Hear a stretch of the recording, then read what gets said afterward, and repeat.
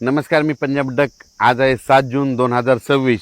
मी जात आहे भोकरदन या ठिकाणी. त्या ठिकाणी बँकेचं उद्घाटन आहे आणि जात असताना काय झालं तुम्ही पाहू शकता. हे आमची इथली कसुरा नदी आहे.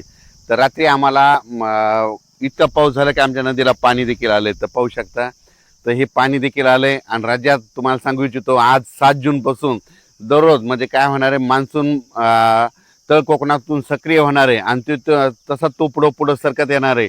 म्हणून हा अंदाज राज्यातल्या सर्व शेतकऱ्यांनी लक्षात. हा जो पाऊस आहे 7 तारखेला सगळीकडे जाणार नाही. काय होईल, 8ला थोडा पुढं सरकत, 9ला पुढं, असा करत करत 14 तारखेपर्यंत तो महाराष्ट्राचा बऱ्याच भागामध्ये कव्हर करणार आहे. म्हणून हा अंदाज लक्षात घ्या. पण आज 7 तारखेला मात्र सगळ्या राज्यभर पसरणार नाही. आज फक्त काय झालं, तळ कोकणातून ते पाऊस पुढं सरकाला आहे आणि आज रात्रीपर्यंत बऱ्याच भागामध्ये मग काय होईल, सातारा, सांगली, सोलापूर, कोल्हापूर, अहिल्यानगर, पुणे, त्याच्यानंतर इकडे बीड जिल्हा, लातूर जिल्हा, धाराशिव जिल्हा, मराठवाड्यापर्यंत आते मदाल मारण आणि इकडं थोडी उत्तर महाराष्ट्राकडे काही जिल्ह्याकडे जाईल. म्हणून हे अंदाज लक्षात यायचा. पण आजपासून संपूर्ण महाराष्ट्रभर जाणार नाही. 7 पासून ते 14 तारखेपर्यंत दररोज वेगवेगळ्या भागात दररोज काय होईल, पुढं सरकत तो मान्सून प्रवास करणार आहे. म्हणून हा अंदाज लक्षात यायचा. काल देखील म्हणजे काल 6 जूनला देखील आमच्या परभणी जिल्ह्यामध्ये सेलू तालुका, मानवत तालुका, परभणी जिल्ह्यामध्ये मानवत ह्या भागामध्ये इतकं वादळी वाऱ्यानं शेतकऱ्याचं अतोनात नुकसान केलं. लाईटचे ट्रान्सफॉर्म उपटून पडले, त्याच्यानंतर सोलार उपटून पडले. म्हणजे इतकं वारं भयानक होतं की खूप मध्ये पाऊस पडला.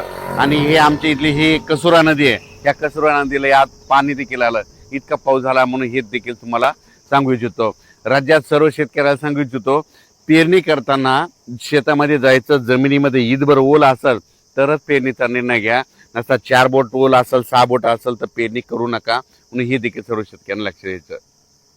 आज 7 जून पासून महाराष्ट्रामध्ये बऱ्याच म्हणजे तळ कोकणातून म्हणजे कोकणपट्टीकडून बऱ्याच भागामध्ये मान्सून काय होईल, प्रगती करण्यास सुरुवात होईल. मग तो काय होईल, सांगली जिल्हा, कोल्हापूर जिल्हा, सातारा जिल्हा, कोकणपट्टी, घाटमाथा, त्याच्यानंतर तो अहिल्यानगर, पुणे, इकडं 2 कडा, आष्टी, त्याच्यानंतर बीड जिल्हा, त्याच्यानंतर धाराशिव जिल्हा, सोलापूर जिल्हा, त्याच्यानंतर इकडं परभणी जिल्हा, लातूर जिल्हा, नांदेड जिल्हा, हिंगोली जिल्हा, त्याच्यानंतर इकडं जालना जिल्हा, ह्या पट्ट्यामध्ये काय होईल, आज बऱ्याच ठिकाणी तो मान्सून प्रगती केलेली दिसेल.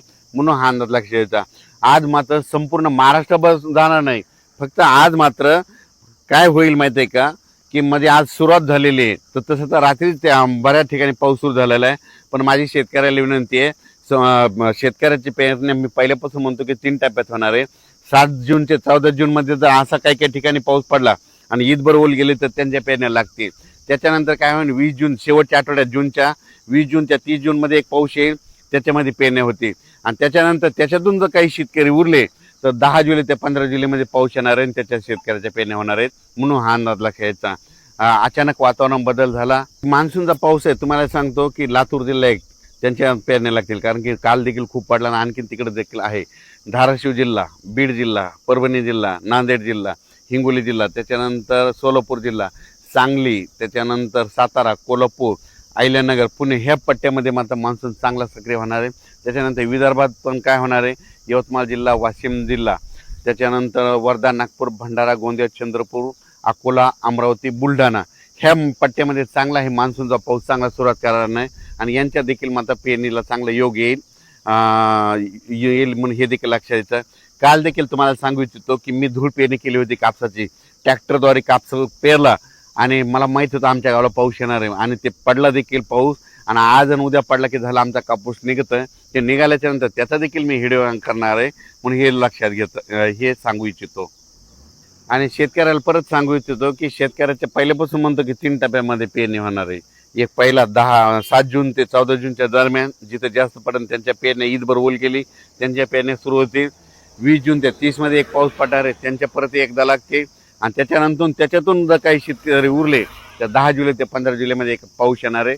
त्याच्यामध्ये पाऊस पडेल आणि त्याच्यामध्ये पेरण्या होतील. पण यावर्षी चांगला पाऊस आहे, सरासरी इतका आहे, पिकाला लागल तसा आहे, दुष्काळ वगैरे काही पडणार नाही. म्हणून हा अंदाज सर्व शेतकऱ्यांनी लक्षात घ्यायचा. धन्यवाद.